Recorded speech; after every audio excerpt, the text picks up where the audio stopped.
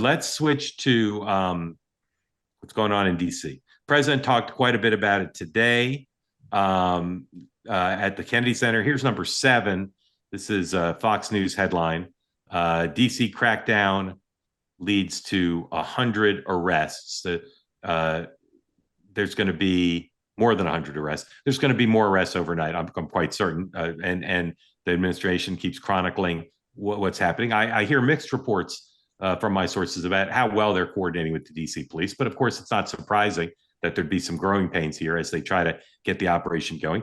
Here's a picture, this number 8, photo of the National Guard in Washington, including in front of some of the museums on the Mall.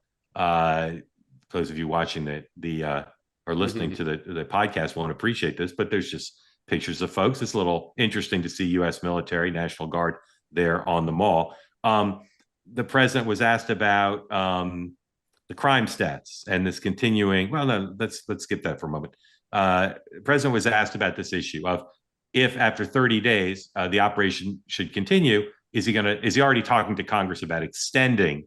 Because it would take a vote of Congress to extend the use of the police, not the National Guard and the active military.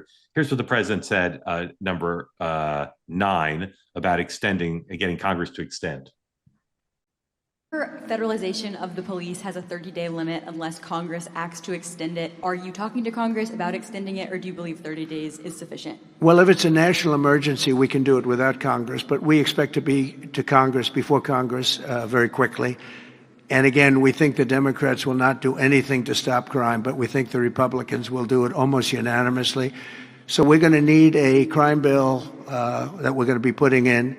And it's going to pertain initially to D.C. We're going to use it as a very positive example.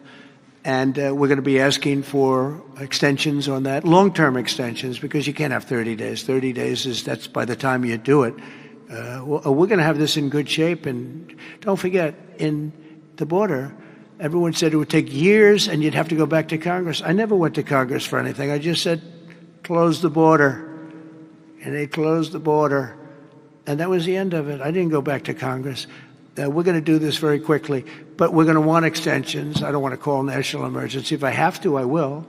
But I think the Republicans in Congress will approve this pretty much unanimously. So, Dan, let's say this was, George Bush or Barack Obama doing this. And maybe you'd say, well, they wouldn't. But how did you feel about his tone on this and kind of his posture on this question of this is not a 30-day operation? Well, I mean, I think it goes to the fact that we've talked about then what. So I think he's right to say, as long as people feel like the DC is not safe, we're going to stay there. And he's right to kind of say, hey, we hope Congress will give us the authority. I go back to, if I were the Democratic Party, I would push him closer to the sun. Hey, the top 10 cities per capita with the highest crime should receive this surge. And I'm looking at it here. That would include Memphis, St. Louis, Little Rock, New Orleans, Kansas City. Like, make it bipartisan. The top 10 cities with the worst crime per capita should receive a federal surge. Right. But you say bipartisan because they're in red states, even though they're blue cities. Right, exactly. Yeah. But basically bring everybody together. Yeah. To do this, and don't let it look like you're picking on DC. Want more great clips like that? I've got an idea. Hit the subscribe button, be part of the two-way community, never miss a clip, and you can always watch our full episodes, join them live, go to twoway.tv.